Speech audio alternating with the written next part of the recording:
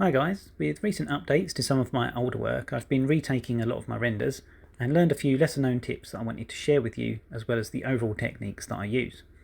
It can be a challenge getting the right message across for these videos. Some are about lighting in an artistic sense, some are specific tools, tutorials.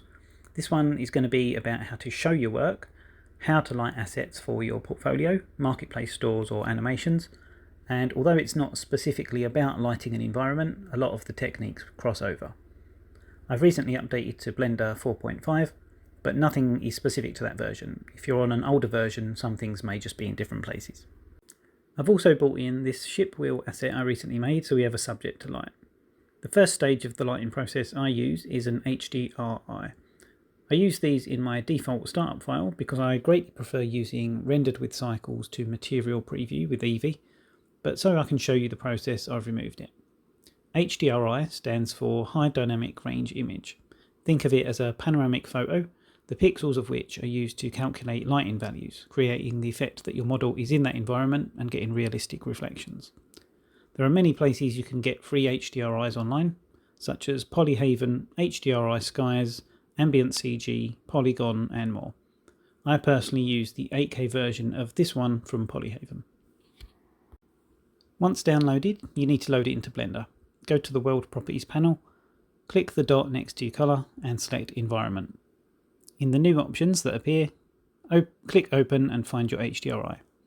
Now when we go into Rendered View, our HDRI is lighting our model. It's also appeared as a background and we often don't want that, so to remove it we go to the Rendered Property panel, scroll down to Film and put a checkbox in Transparent. While we're in the Render Properties, scroll down further to Colour Management, and as a default I have my View Transform set to Filmic, but then also change the look to very high contrast. The goal of using the HDRI is it provides a good evenly lit base to build from. If your model doesn't look good in this lighting, you may need to fix your textures, though we'll be toning it down in a bit. To help ground our model, I'm going to add in a plane. Seeing where the shadow is being cast can help you understand the orientation of your HDRI. The goal here is to reveal all the awesome detailed work you put into the model, so avoid having the light right in front where it's being viewed from, and use shadow to define the detail. To rotate the HDRI, we can split the view and change it to a shader editor, and change from object to world. We can now see our HDRI environment texture plugged into the world output.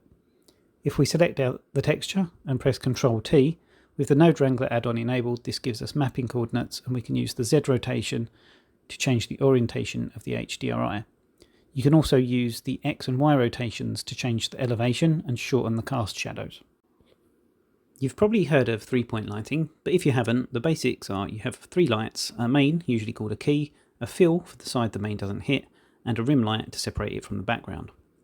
And while that's tried and tested, I use what I call 3-point plus, which adds in a subtle amount of HDRI and potentially extra lights to highlight any specific areas, such as the glow through the door on this kiln. Before I start adding lights though, there's a few things it's worth doing. Firstly, it's worth setting up a basic camera position and rig, so we can understand the position of our lights in reaction to the camera, and the angle our rays are hitting the lens from.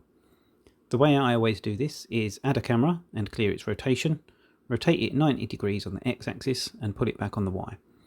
I then add an empty and parent the camera to it. I'm also going to recenter the origin of the asset to its geometry and snap the empty there, so it's always perfectly centered in the camera's view. Next we can split the view and have one side looking through the camera and the other the solid view for adjustments.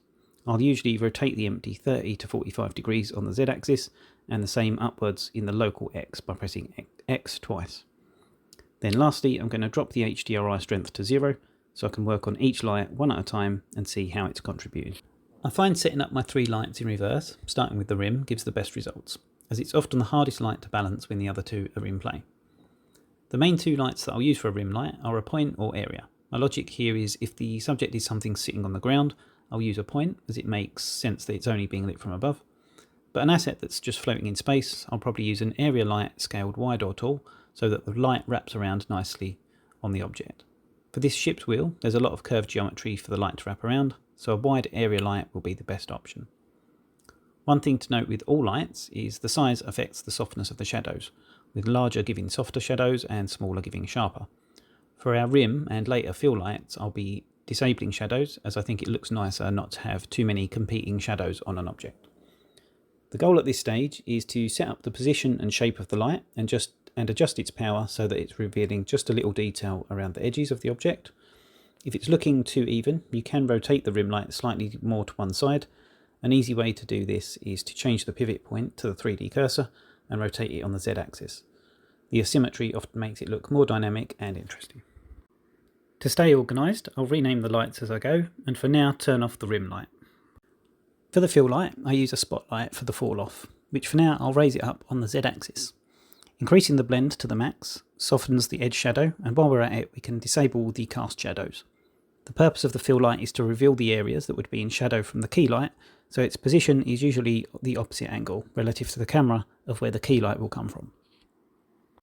If we go into top view, we can see this better. You can see the camera is looking at the object from the left, and this is often the best way to work out where to place your key and fill lights. The key light being more dominant should come from above the camera level, as it will be casting our ground shadows, and with the camera left of centre it should be on the right to avoid blowing out the details on the near side. Our fill light therefore needs to be on the left of the camera, and a good rule of thumb is often to have it at least lower than the camera, if not the midpoint of the model, so it catches some of the underside. Ideally we want to angle the light upwards towards the model so it doesn't cast on the floor, as this can have the result later on of obscuring the shadows. To see this better, we can enable Show Cone, and if it's intersecting with the ground plane we can angle it up on the local axis. The fill light can be quite subtle in power, and we can even it out a little by increasing the radius. We'll need to balance this later in relation to the key light, so for now, as long as we can see it's doing something, that's okay. Before moving on to the key light, we can take a quick look at the fill and rim together, and it should be obvious how they're both contributing. The final, and arguably most important of the three lights, is the key light. This should be the most dominant light in the scene that reveals the best parts of your model, and potentially your primary shadow casting light. The closer the angle of the light is to that of the camera, the flatter the lighting will look, and the more of a glancing angle, the more detail will be revealed. Similar to with the fill light, I'll add a spotlight, raise it up on the Z-axis, max out the blend, and move it to the right of the camera. Targeting the centre of the asset, I'll leave the cast shadows on and use this for working out the light's placement so it casts a good ground shadow. I adjust the cone size so it's just reaching the handles on both sides.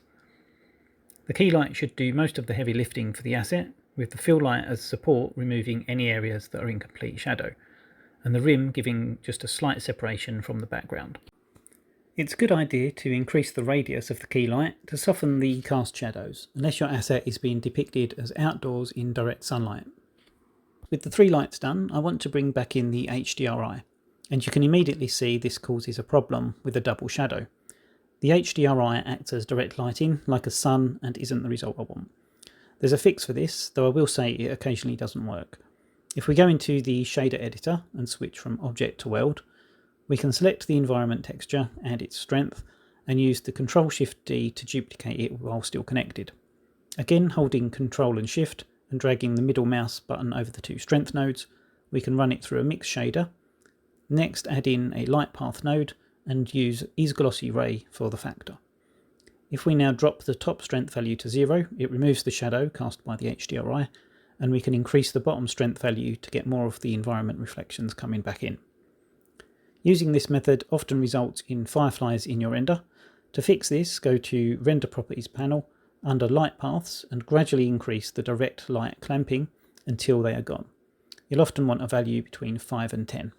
To clarify the end goal here, I want my renders to have a transparent background so I can composite them over different backgrounds. Some marketplaces also have specific background colour requirements, and this lets me easily swap the backgrounds out. I do, however, still want to include the ground shadows, and to do that we just need to select the ground plane, go to Object Properties panel, and under Visibility enable Shadow Catcher. Then when I render these out, I can save them as PNGs with alpha. You can easily now use the camera rig to take renders of the asset from any angle with perfect lighting, shadows and reflections. If you found these techniques useful, a like and subscribe go a long way, and I'll see you soon.